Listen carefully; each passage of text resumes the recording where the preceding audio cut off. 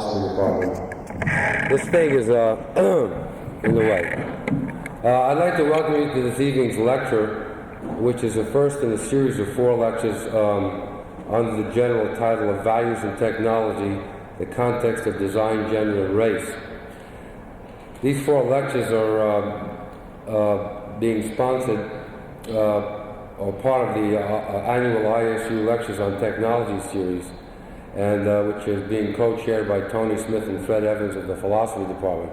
I'd like to take this opportunity to thank Tony and Fred for putting together this speaker series for us.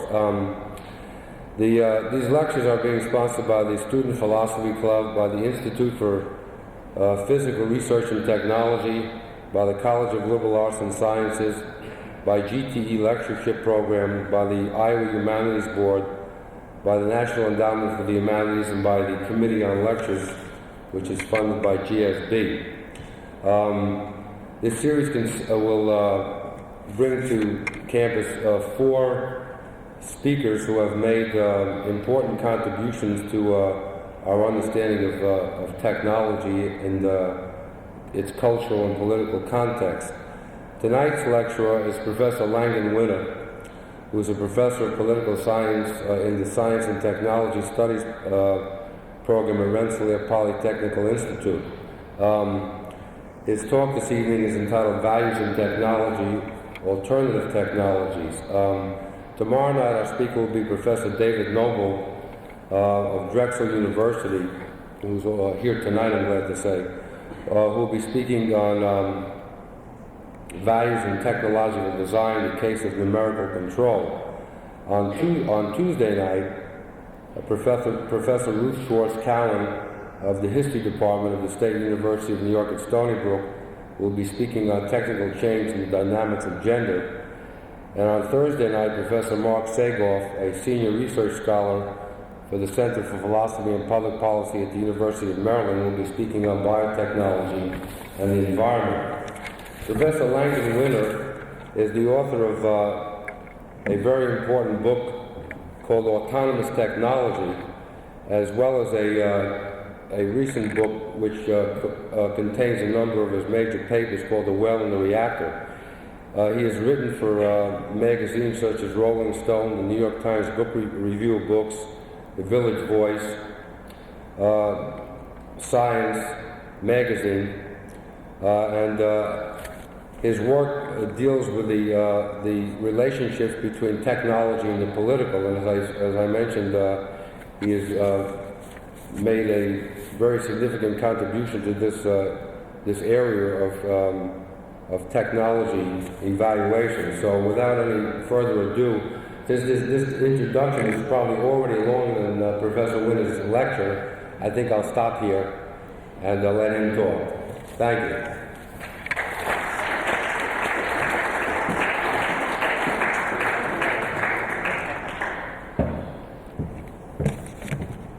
Thank you. It's good to be back in Iowa. I have roots here. My father came from Perry, Iowa. Is anyone from Perry or near Perry? Anyone ever heard of Perry? Oh, everyone's heard of Perry, Iowa. That's good. Yeah, so this is like going back to my ancestral homeland. This, of course, is a time of great excitement about the fruitful possibilities of new technologies, but also a time of grave concern about what those possibilities mean for the future of our society.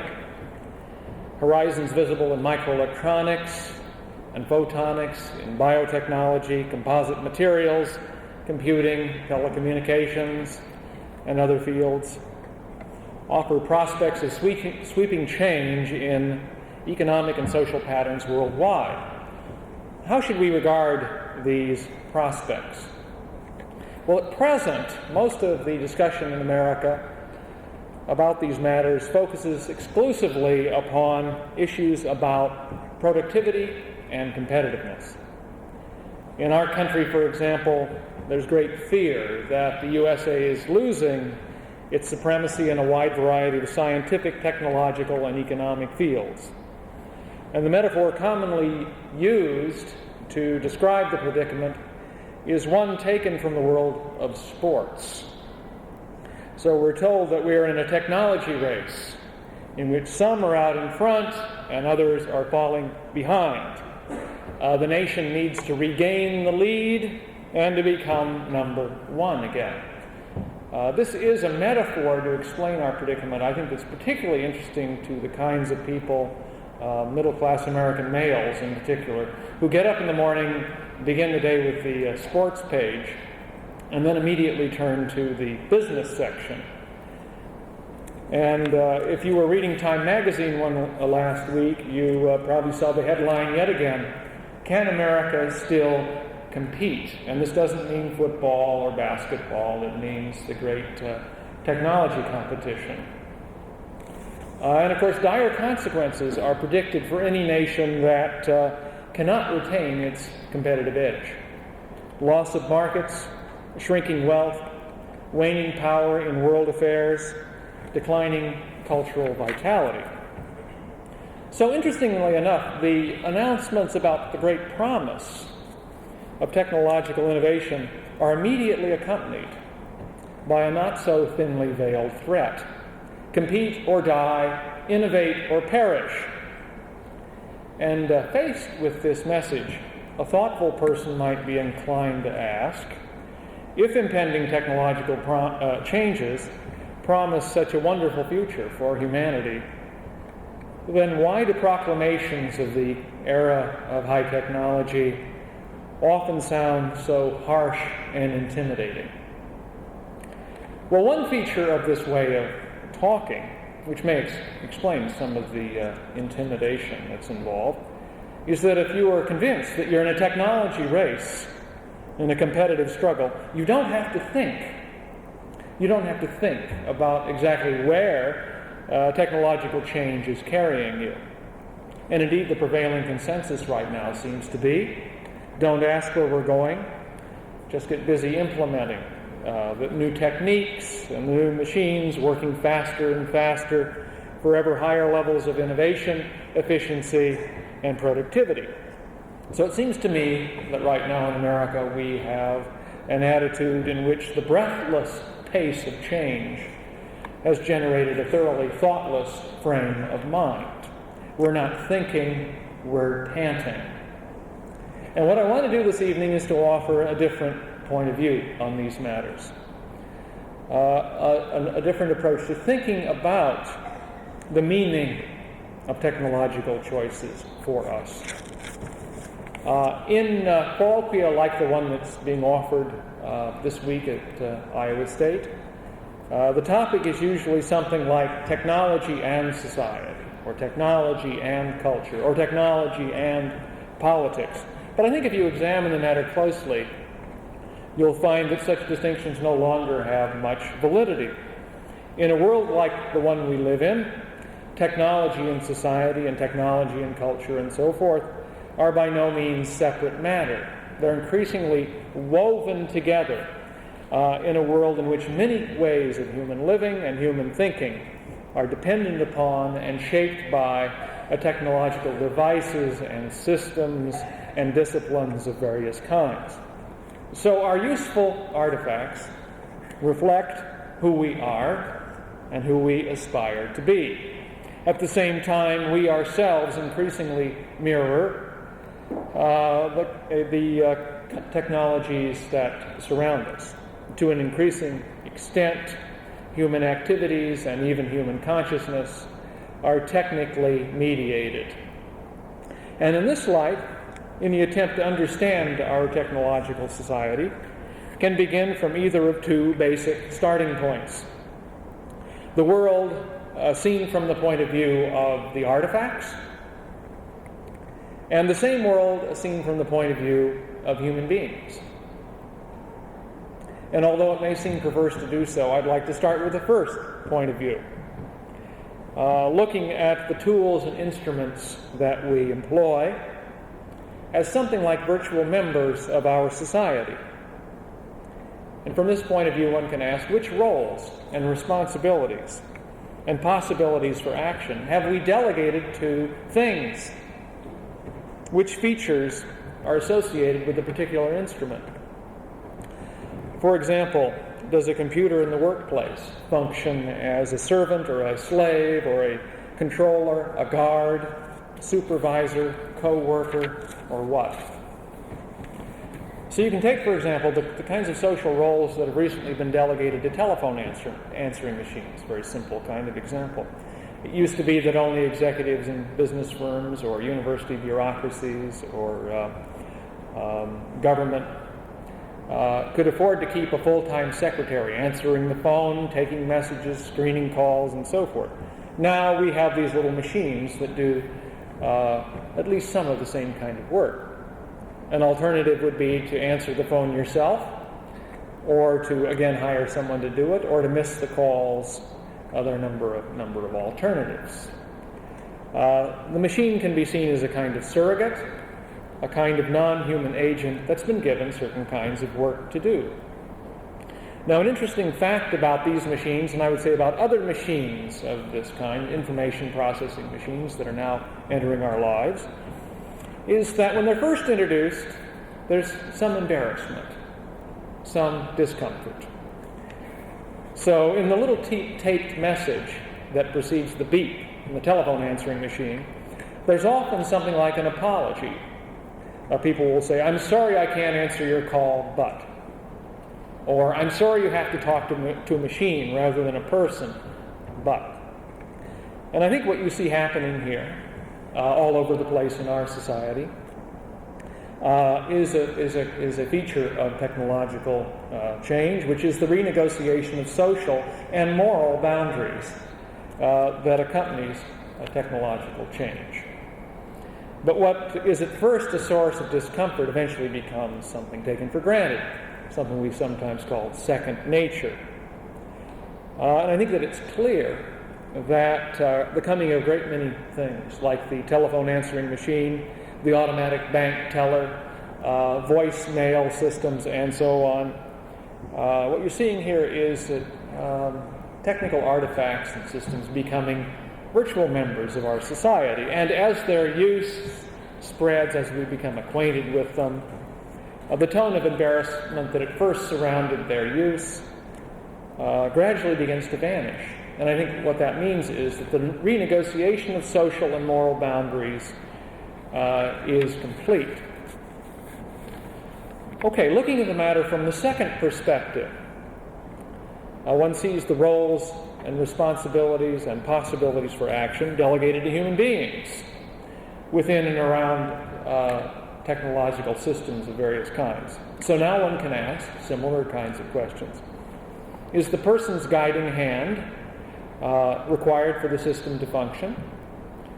Does the human being give orders, or does the human being receive orders?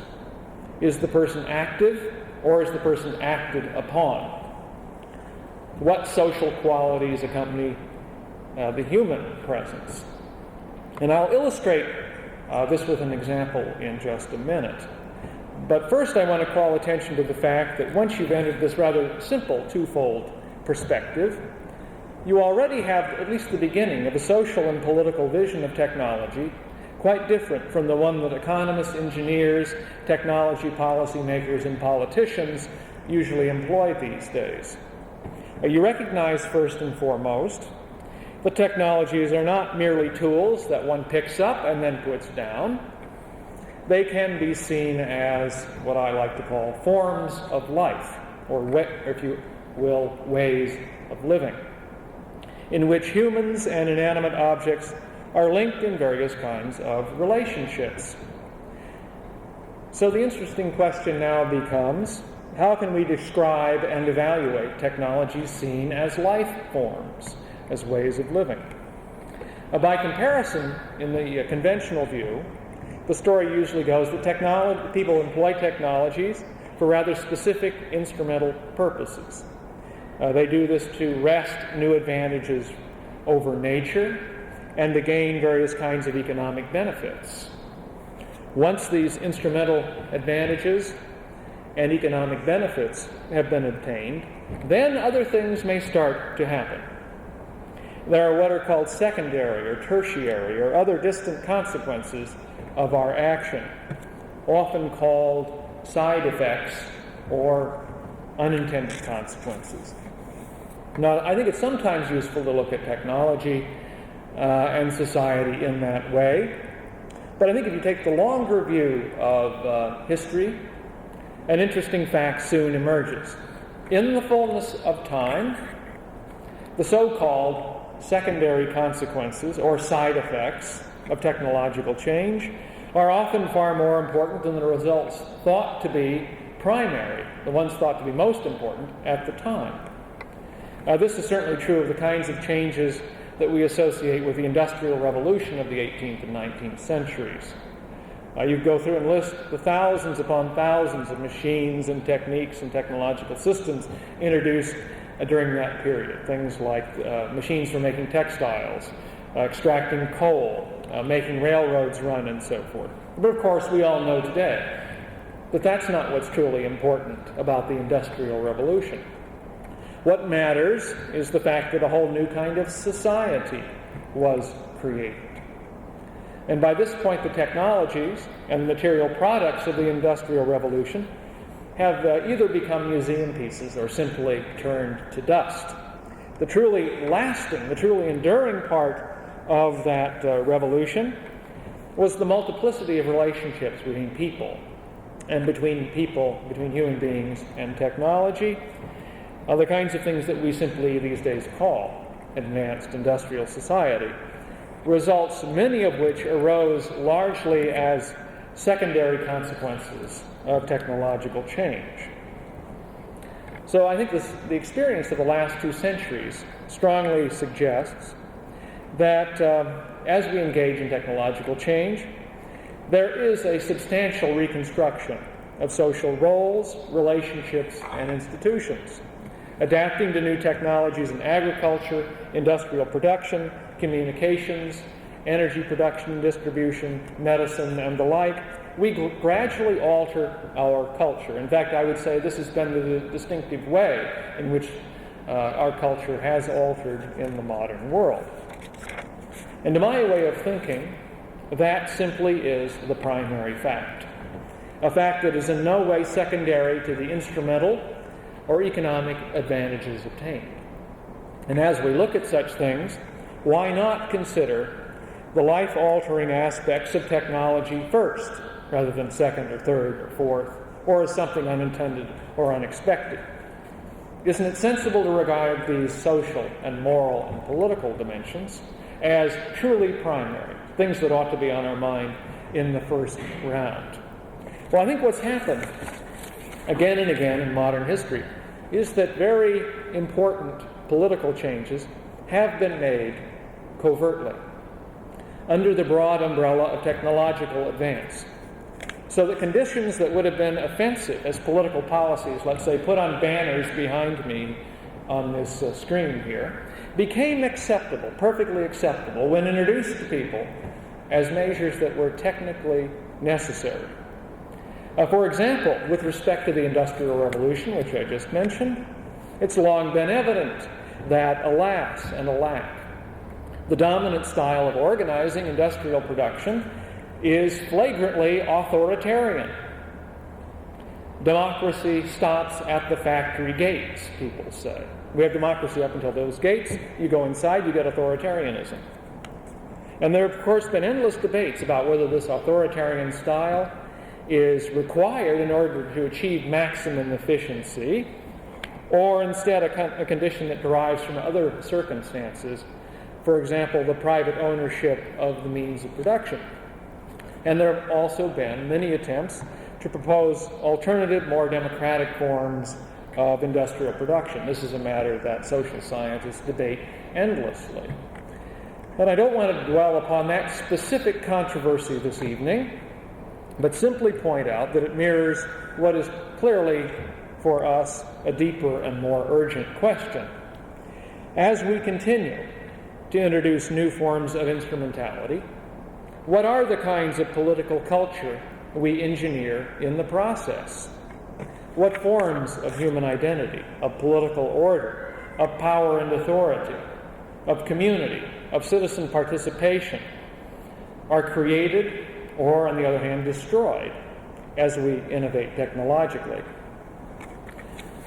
Okay, let me return to the second perspective that I mentioned a moment ago. This is the one that has to do with human beings in technological change, and look at the kinds of roles delegated to human beings, typically within technological systems that are now in vogue.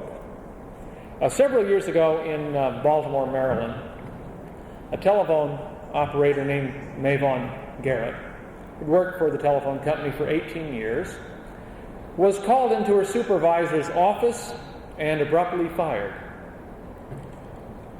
She was told that a computer had been installed in the telephone system that monitored the activities of telephone operators, and that the computer had indicated that her work was below par on the system of computerized phone processing.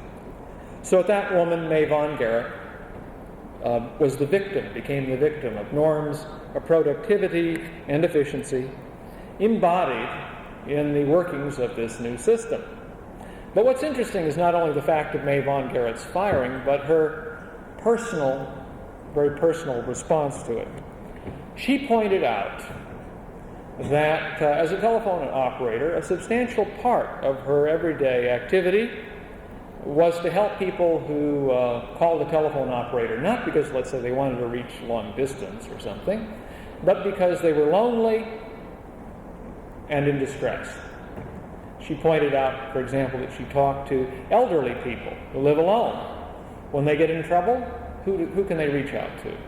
Or latchkey children whose parents are working, they come home from school, something goes wrong.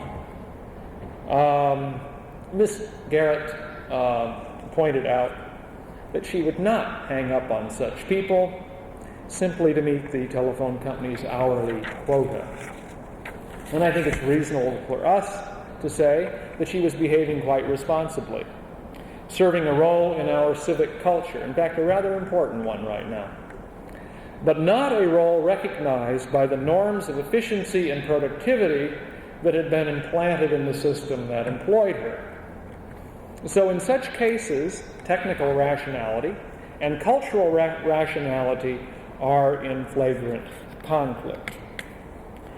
Well, the good news is that after a union protest and a lot of media coverage, Mavon Garrett's job was restored. The bad news is, however, that the systems design that caused the trouble, the techno-political structure here, still exists and looms before us as a rapidly spreading form of life. A study released recently by the Congressional Office of Technology Assessment noted that 7 to 8 million American workers now live under a rapidly spreading regime of computerized surveillance, an unhappy spin-off of office automation.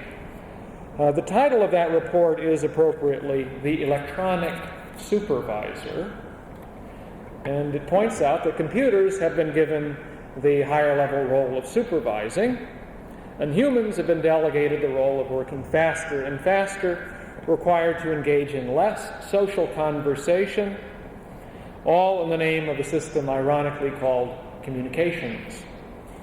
But of course one that drastically now limits people's ability to communicate in any kind of human sense.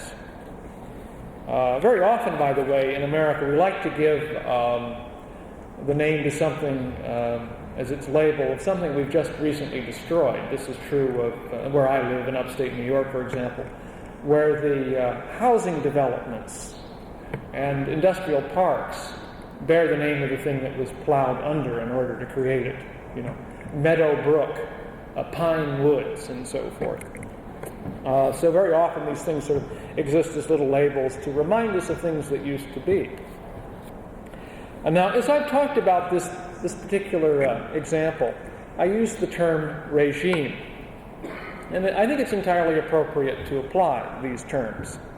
For once they've been designed and built and put in operation, socio-technical systems comprise regimes with features that can be described in a political way. So it makes perfect sense, in my view, to look at any technology you can mention and at least ask about freedom or its absence, equality or inequality, justice or injustice, authoritarianism or democracy, and the kinds of relationships that technological instruments and systems bring with them. This is true, by the way, of extremely simple devices as well as very complex technologies. And actually, for my talk this evening, because David Noble is here and because he'll be talking to you tomorrow night, I've decided to use an example I first heard from him. Take this simple garden hoe. There's nothing the least bit political about this, is there? It's just a hoe. Well, that depends on where you see it, what its context is.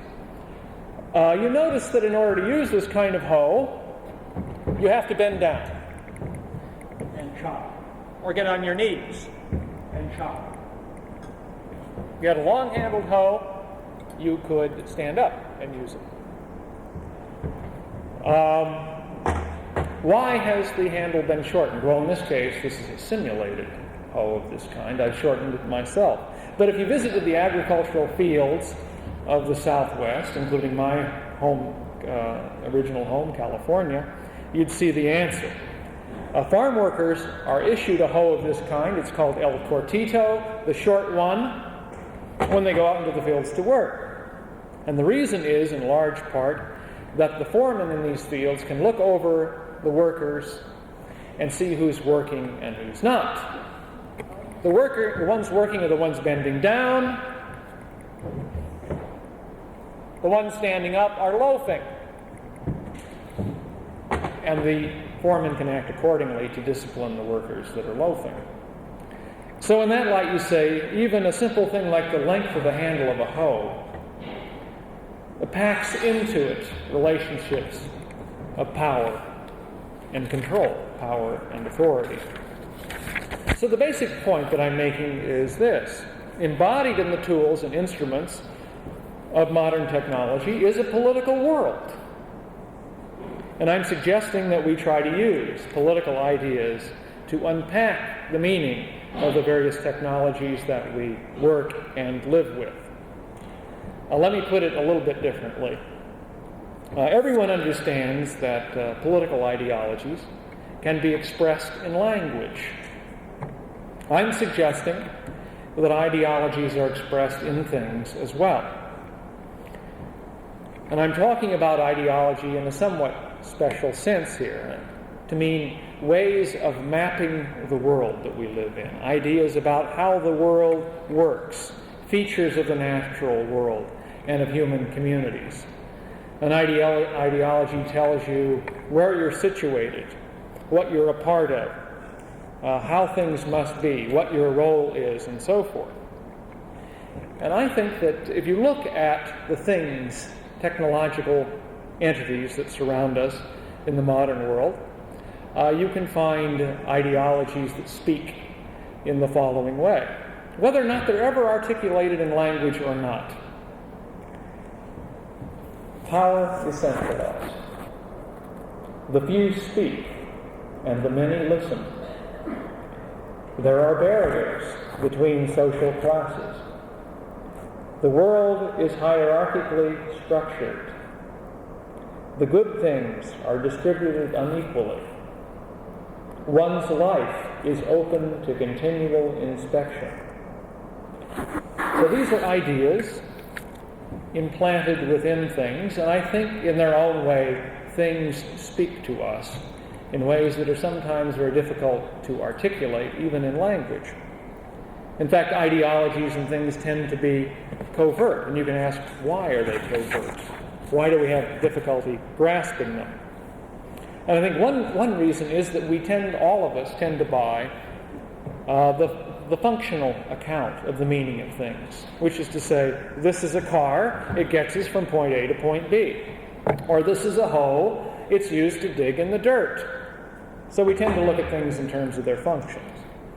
I think another reason why ideologies in things are covert is that the ideas have been implanted there by persons who do not wish those ideas to be widely known or discussed. And I think both of those ideas that or both of those reasons that I've just given are, to some extent, true. But I think there's a third and perhaps even more important reason that we ought to consider. Ideologies in things, embedded in things, often express ideas about the world that are painful or even difficult to acknowledge. Ideologies embodied in things can often involve contradictions. For mapping the world encountered in the shape of things, this kind of mapping often contradicts the kinds of ideology that we can express as individuals in language, the kinds of political ideas and social ideas we have about ourselves. And in particular, I would say, the ideologies involved in energy systems, communication systems, production systems, and so forth, are very often in the modern world in flagrant contradiction with the ideology of modern democracy, modern egalitarian democracy. A brief account of that idea system might be given as follows. It's the idea that human beings flourish, achieving what is best in their potential under conditions of freedom, equality, and justice. And in this light, taking these ideas into account, the key task for the modern age is to create institutions that enable this human potential to develop and to flourish. So both victories and setbacks in this regard are clearly visible and talked about in the kinds of laws and constitutions and policies and so forth that one sees around the globe. And in that light, the technological society is unique only in the sense that it presents new and seemingly unlikely or covert domains of instrumentality in which the ends of democratic freedom, equality, and justice must somehow be talked about, and they have to be realized and recognized and somehow put to work. And I take it to be a fundamental failure of modern civilization to have ignored again and again how such questions present themselves in the guise of things that appear to be just neutral tools, just neutral technologies. Okay, beyond the circumstances that I've already mentioned, ways in which we find it very difficult to talk about the politics of artifacts, I think there's yet another reason why we have yet to turn our attention to the political conditions and political ideologies embedded in things. And that is that we have in the modern world embraced a story about ourselves, a kind of mega-narrative called the idea of progress. That story tells us that the liberation and improvement of humanity will be realized automatically. One is a kind of spin-off of the evolution of science and of the development of economic and technical means. It will happen in that kind of automatic way rather than through any focused intelligence, public deliberation, and explicit choice. And this notion, by the way, stands at the heart of, I think, most of 20th century writing that has tried to instruct the public on the meaning, the political and social meaning of impending technological changes. You might look at George Gilder's book published about a year ago called Microcosm, which promises that the coming of the microchip will simply inevitably liberate all of humanity. And of course, this idea of automatic liberation and of automatic improvement, the idea of progress, has in our time developed numerous cracks and crevices. It no longer seems so clear that if you develop science and develop technology and achieve sustained economic growth, everything else will necessarily improve as well.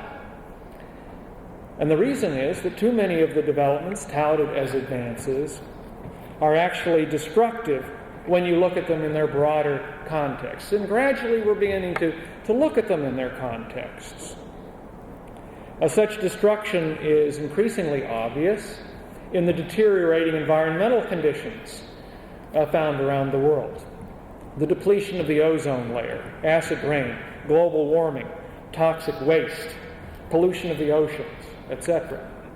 And to take only one example, ornithologists now report the destruction, extinction of a rising number of bird and animal species because of the destruction of habitat, in particular the elimination of the rainforests in South America, but of course destruction of habitat is happening in other places as well.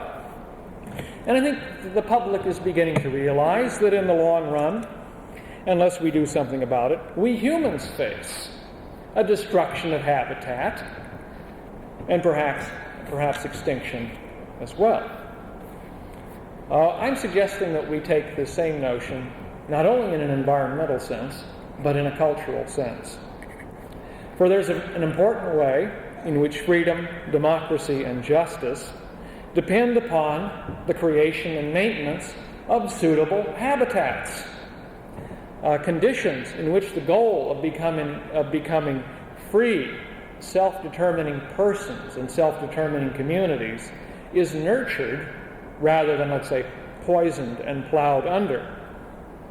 And as I look at the kinds of socio-technical innovations that I see happening around me, I do not ask whether they are efficient or productive, because I assume that by somebody's criteria, they are efficient. Instead, I wonder what underlying ideas they express and what kinds of habitats they provide. And I see far too many instances of developments of the following kind. Communications technologies employed in attempts to control people's thoughts, desires, and behaviors. Computer technologies used to whittle away people's privacy and freedom. Information technologies that eliminate what were formerly places of community life, or at least to crowd into community life in a way that profoundly disrupts communities.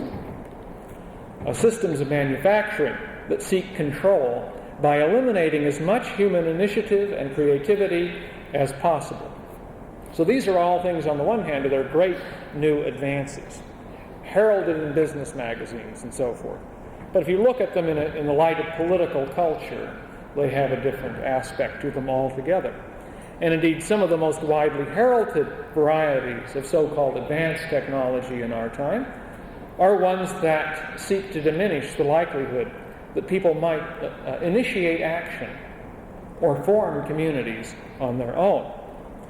Instead, systems are designed in ways that make people feel passive, superfluous, and even stupid. As you invent new technical systems, and this derives by implication from that twofold perspective I talked about at the beginning, as you invent new artifacts, you also invent the kinds of people who will be using them and who will be affected by them. And I think it's important to notice that in societies like ours, the destruction of human habitat, the habitat for human autonomy, is seldom overt, heavy-handed, or obviously nasty, although sometimes it is. Very often, however, the setting in which technological innovations work to cripple political culture can seem to be completely happy and friendly places. Take, for example,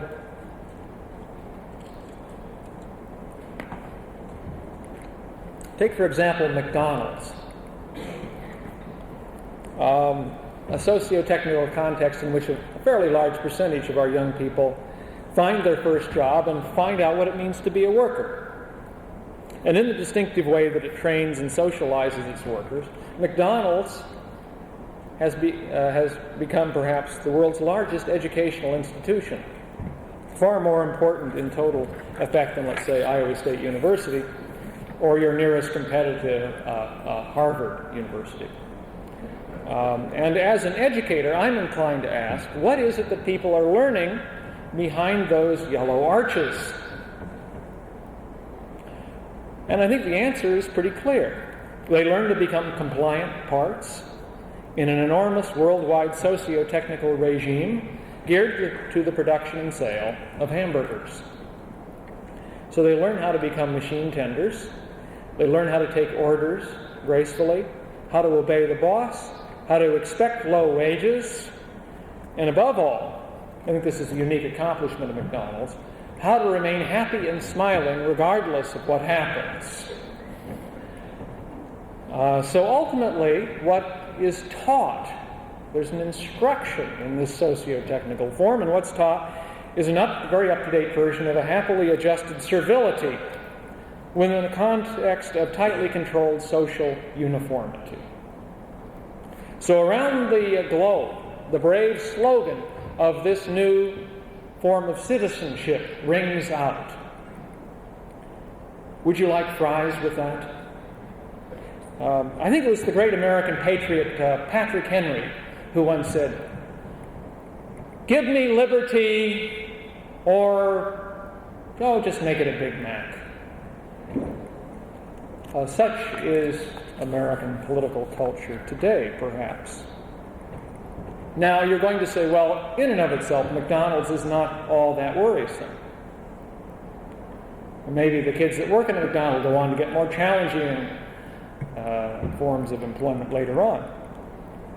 But I think if you project the kinds of political culture that are likely to prevail in the coming century, I think you do see more and more human contexts in which you find automated systems that presuppose mindless, interchangeable human appendages, and fewer systems with qualities of let's say, the democratic New England town meeting.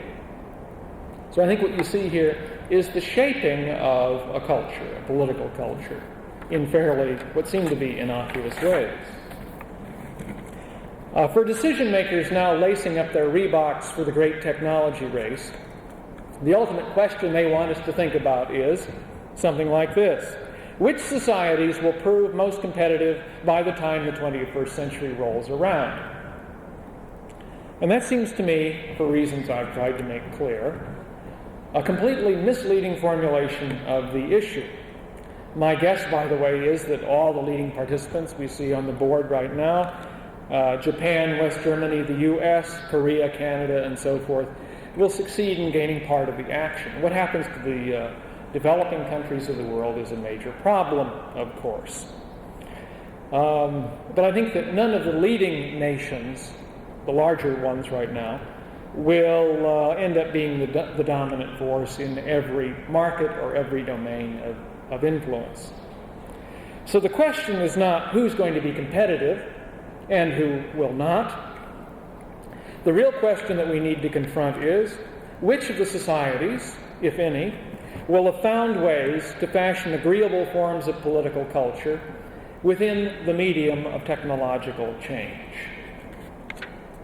And some of the organizational strategies that look just grand right now from the point of view of efficiency, productivity, and competitiveness are ones that involve what amounts to a very ingenious synthesis of capitalism and feudalism.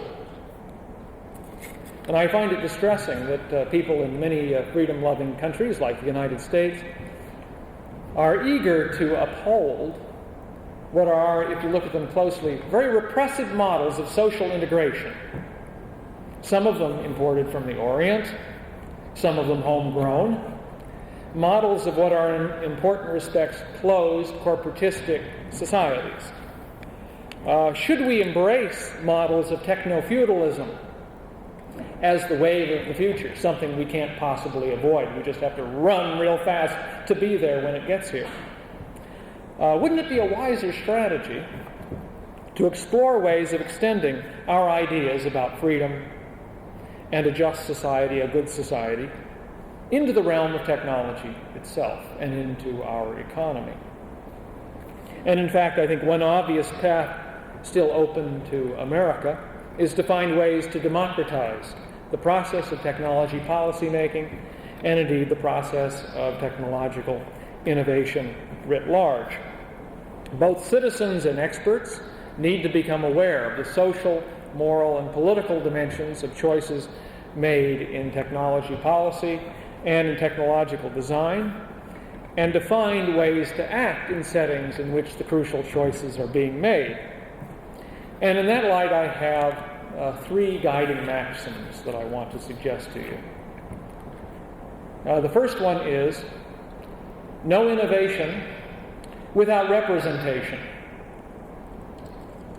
It's an echo of what the colonists told George III 2 centuries ago. No innovation without representation, and by this I mean that all the groups and social interests likely to be involved in a particular kind of technological change ought to be represented at a very early stage in defining what that technology will be. So yes, let's accept the idea that particular technologies are social creations that arise through a complex process. This is often argued in the scholarly literature these days.